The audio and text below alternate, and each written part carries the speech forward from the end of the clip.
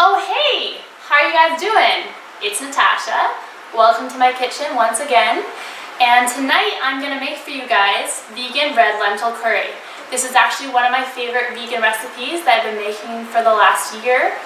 And I got the original recipe from High Carb Hannah, who's a really big, really popular YouTuber, makes a lot of great recipes and videos, so you should definitely check her out. Alright, well let's get started. I'm going to show you guys what you're going to need for this.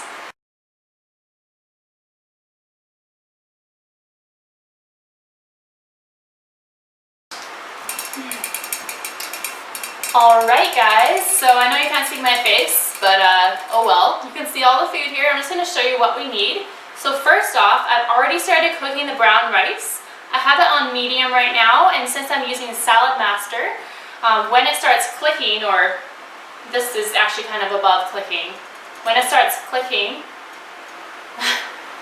okay, well anyways, when it starts clicking like this, kind of, then you should turn it down to low. So I'm going to turn it down to low, and actually I'm going to turn it down to super low. That's what I meant clicking.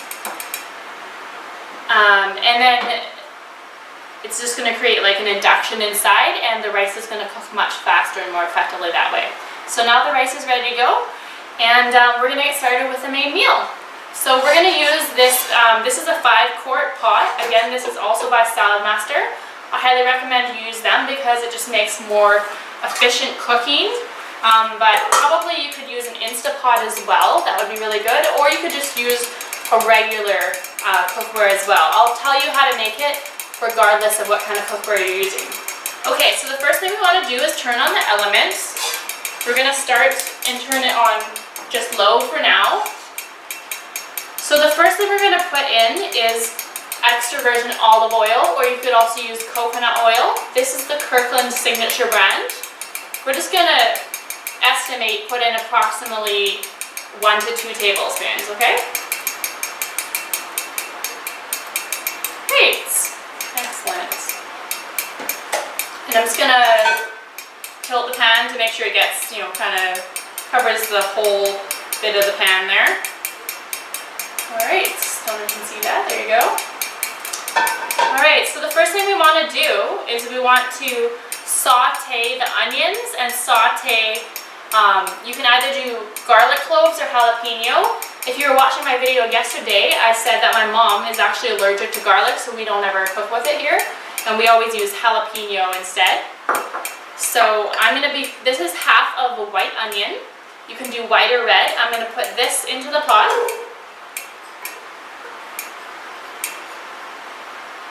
Alright, and then this is a whole jalapeno cut up. I'm going to put this into the pot as well.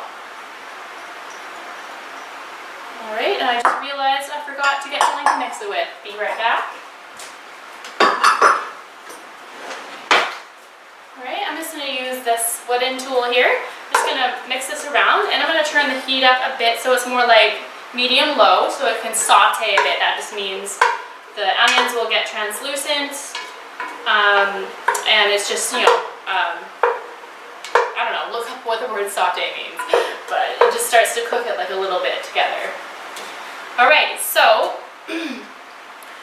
yeah, we're going to saute that for a couple minutes, and while we're doing that, I'll just go through the other ingredients that we have.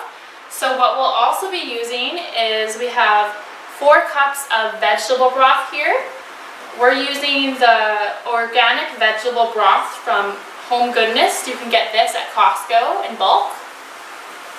So 4 cups of that. We're also going to be using a can of organic diced tomatoes. This is the Kirkland brand from Costco as well. You can tell we like Costco, huh? And we're going to use a whole can of coconut milk. This is Tropical Isle coconut milk. I just got this at the local Ralph's Farm Market, or you can get it at an Asian store. It really doesn't matter what kind of coconut milk you use. This, really is kind of one of the cheaper brands, to be honest. Then what we're also going to do is we're going to have, of course, the main staple of this dish is lentils. So we have red lentils, and we have 2 cups here. And then what we're also going to do, normally you should have tomato paste, but I didn't have any, so if you don't have tomato paste, you can also use ketchup, okay? I'm going to do a couple tablespoons of that. I know, not the healthiest, it's okay.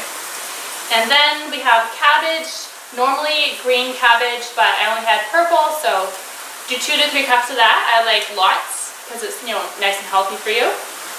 And then 2 tablespoons of curry powder and 1 teaspoon of chili flakes. We're gonna put a bit of salt in here. Actually, I'll do that right now. Yeah, I'm almost done. And then at the end of the video, after it's done cooking, I'm gonna put a cup of peas in. Peas are pretty much, these are frozen peas, they're pretty much already cooked, so you don't need to put it in the beginning because it only needs to be in there for a little bit. Because you're not really actually Oh cooking. yeah, at least that's quick. Alright, so this is sauteing really well now. Does the machine have to be on? So you could saute for a couple more minutes, but you don't really need to worry about them being, you know, you're not trying to brown them, so it looks good now. Can I do that? Oh, still doing it. Let me try to Okay. get it on. Awesome. So now what we're gonna do is we're gonna add in the 4 cups of vegetable broth. Okay. I'm just gonna pour this into here. Yeah, so Slowly and stop carefully. there anyhow. Alright, and then we're gonna add in the 2 cups of red lentils. Well, I've got it all in a box, squirreled away. And just mix that around. If you haven't cooked with red lentils before, they're so delicious. They use them a lot in Indian cooking, and this is, you know, of course, kind of like it's basically a red lentil curry, which is basically an Indian dish anyways. Super good. And we're gonna add in the can of, I just spilled the coconut milk a bit. The can of diced tomatoes, we're gonna add that into here. Alright. And we're gonna add in the can of coconut milk. Alright, excellent. We're gonna stir this around here. And then I'll add in 3 tablespoons of the ketchup. Again, if you have tomato paste, definitely use that because it's obviously healthier. Well, as long as they don't add sugar to the hand, then it's not any different, I guess.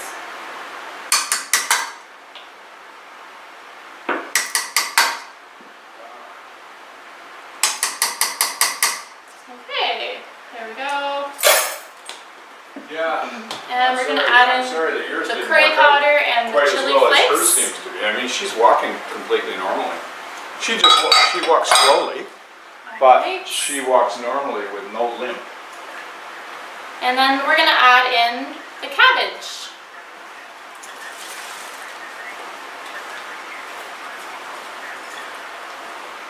Alright, so we're just going to stir that all together.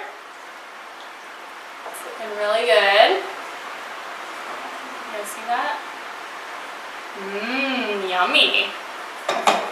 Lots of healthy stuff in there. I love cooking with cabbage as well. If you didn't know, cabbage is super good for your health as well. And the great thing about cooking it with a salad master is what we're going to be doing in a second here is we're going to be putting the lid on and turning it to medium. And then when the valve starts clicking like it did with the rice, we're going to turn it down to low. Why the valve starts clicking is because it means that the temperature in the pot is getting close to 200 degrees. And we don't want to cook above 200 degrees because once we do that, it actually starts to turn the,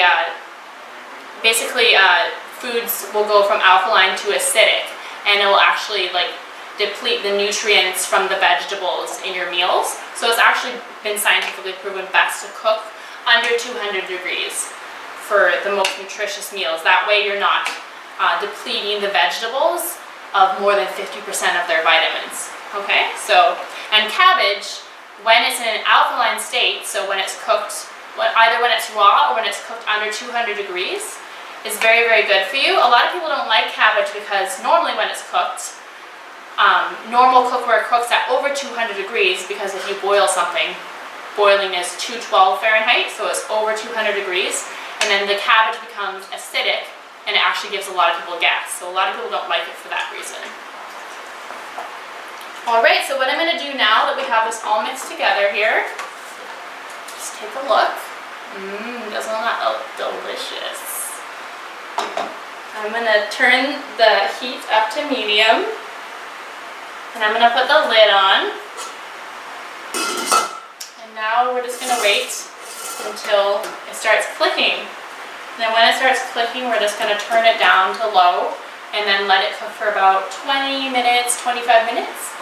And by then the rice should also be done. At that point we'll add the peas, mix it around, maybe let it cook for another couple minutes, and then it'll be ready to serve. So if you're not using Salad Master, which I understand a lot of people can't afford to, it's not cheap, but definitely a good investment. If you're using just regular cookware, the only difference is at this point what you would do, instead of putting the lid on, you would turn the heat up to high. You would bring it to a boil, okay? And then once it's at a rolling boil, then you would reduce the heat to simmering, which is just below boiling, and let it cook at a simmering rate for 30 minutes. Once it's cooked for 30 minutes, some of the liquid should have reduced a bit, and then you can add the peas again, like I am also going to do, and then just mix around and it will be ready to serve as well. So it's not that much harder, it's just that you lose a bit of nutritional value and there's a bit more, this way I can just walk away while it's cooking and not have to watch it. If it's kind of simmering under a boil, you kind of have to pay attention more. So, alright. Well, this might take a while to get to clicking, so I don't want to bore you guys. So, thank you very much for checking this out. We're just going to take a quick break here, and when we come back, it's going to be all done cooking, and I'll be adding the peas in, and then I'll show you the final results. And I might even put some on some rice and taste it for you guys and let you know how amazing it is. And then I'll be posting the recipe for this in the description box, and also actually no, scratch that, not in the description box. I'll be posting it on my website, natashajknox.com, and there you can go check out the recipe and learn how to make this all on your own. Alright, so we'll see you soon. Bye.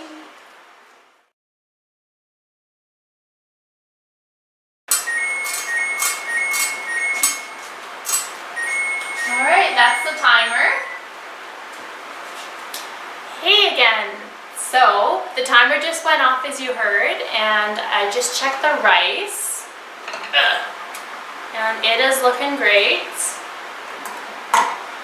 Okay, here's the rice. You can see it's all cooked and it's looking delicious. So what I'm going to do is I'm just going to tilt the lid to let the heat out a little bit. And then I'm going to take a look at this, our main dish here, the curry.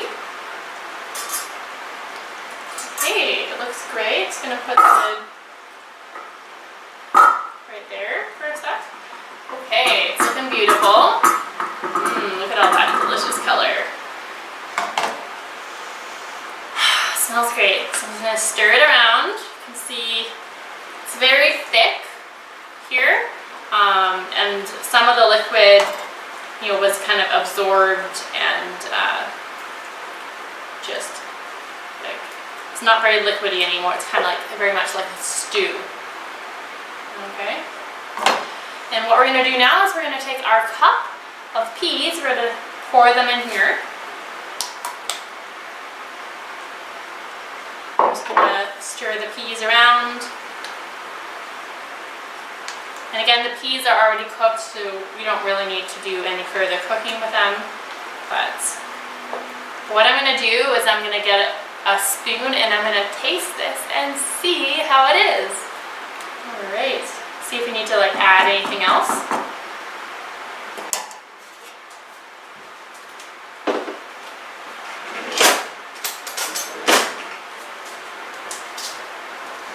Alright, I have my spoon. Remember, it's very hot right now. So if you're tasting it, don't burn yourself.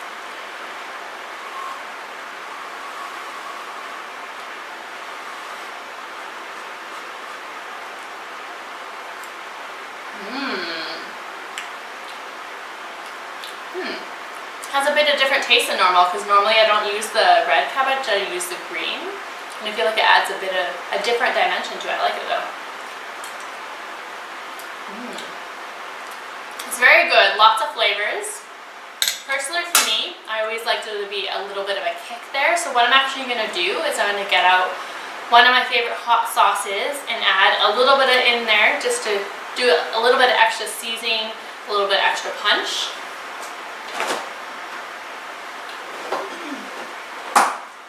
So Frank's is one of my favorite hot sauces. It's not the only one, but it's what I use a lot for adding to cooking. So I'm just going to put, you know, a couple, maybe like 3 jolts of that in there. Mix it around. And then we will retry that.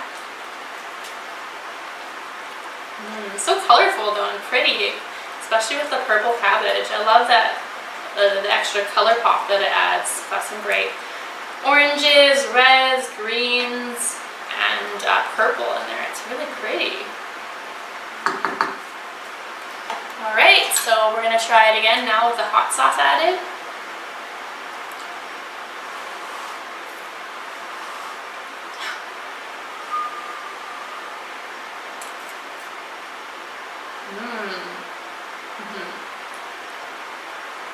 Yeah, definitely better.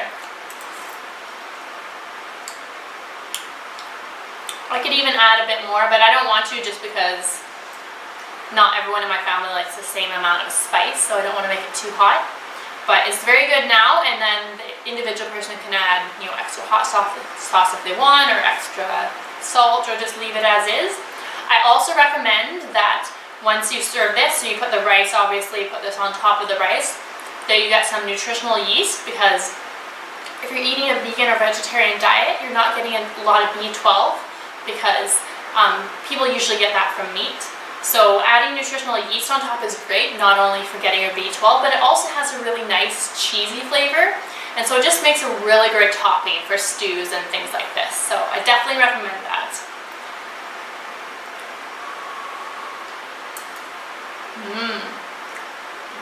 That's really good.